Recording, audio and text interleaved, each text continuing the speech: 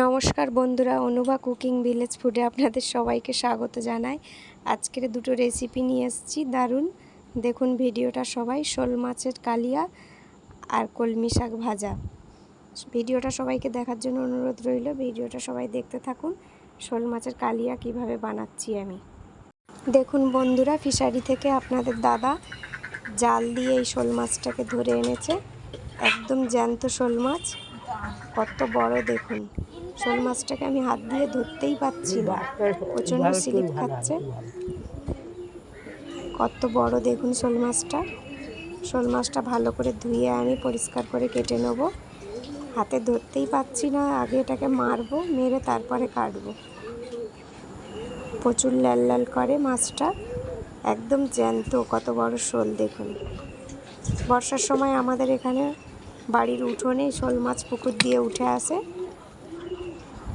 মাছটা কেটে এবার ভেজে নেবো। আমি ভেজে নিচ্ছি এখানে। না,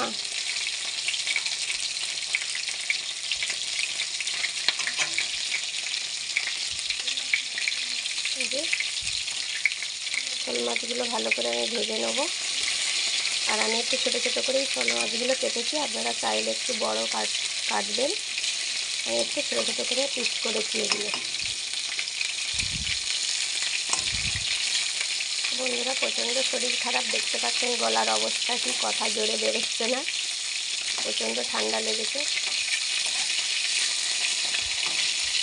এখন মাছগুলো আমার প্রায় ভাজা হয়ে এসছে। এবার আমি এই মাছগুলোকে তুলে নেব।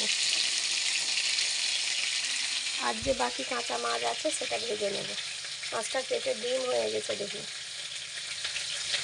দেখুন কড়ার মধ্যে দিয়ে দিচ্ছি সর্ষের তেল, কালো জিরে, এবার দিয়ে দিচ্ছি আদা বাটা আর টমেটো বাটা।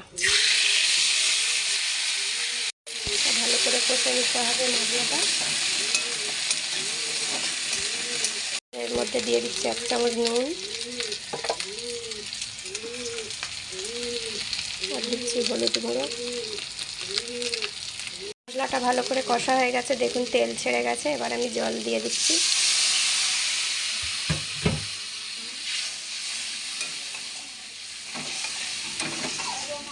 মধ্যে দিয়ে দিচ্ছি ধনে গুঁড়ো, জিরে গুঁড়ো, দিয়ে দিচ্ছি 1 চামচ লঙ্কা বাটা।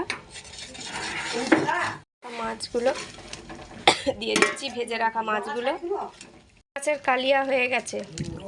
এবার দিচ্ছি গরম মশলা।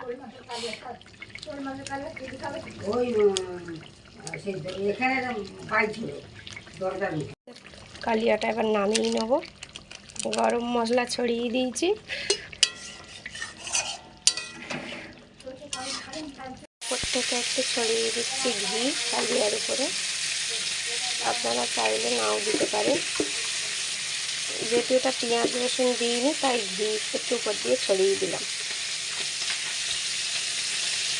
কলমি শাকটাও আমি এখানে ভেজে নিয়েছি। দেখুন কলমি শাকের ভিডিওটা আপনাদের সঙ্গে শেয়ার করতে পারিনি, কিন্তু আমি শাকটা ভেজে নিয়েছি। এই যে গরম গরম একদম শাক ভাজা।